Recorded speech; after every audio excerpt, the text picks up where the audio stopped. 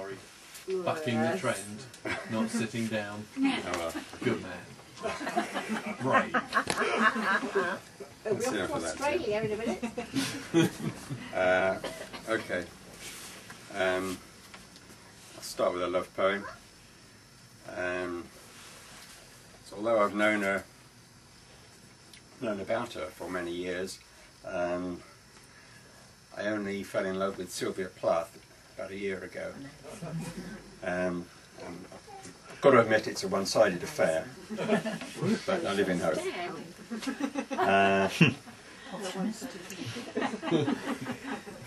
So called Sylvia, for Sylvia Plath. My red, broken red. Sorry, I'll start again. My red, broken red darling, broken into leaves, heron feathered, splayed in swerve over London brick to a Chiltern hillside, shadowing still the Tyrolean pipe bowl flung by a dead boy's hand to the sound of Massey Ferguson's in fields and vomiters dropping to the road. Ghost red darling, reticent dressed sentence, words curled inside syllables have opened the book of your golden clothes. The next one could be described as a hate poem.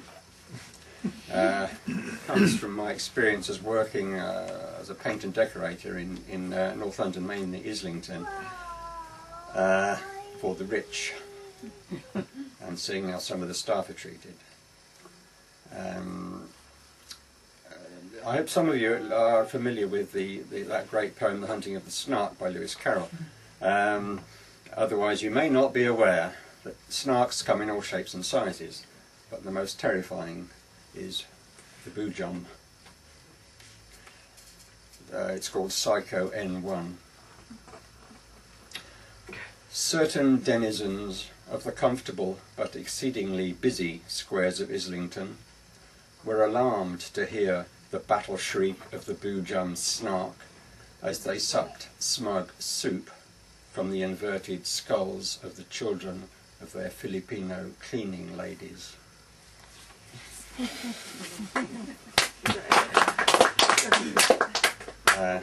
I'll finish with a piece of art criticism.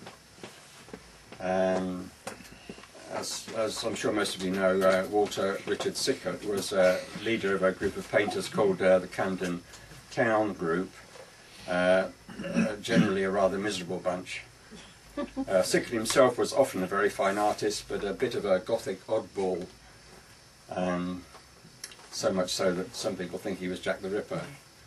Not me, but anyway. This is called Walter Richard Sickert. The Camden Town Crew. A case in point, dear sport. Jejune, cosmically parenthetical, sure, but were they ever really smart? No. Fundamental error here. And were pro-lives ever this drab? No. Fundamental error here. Sickert could do better. So, why didn't he more often?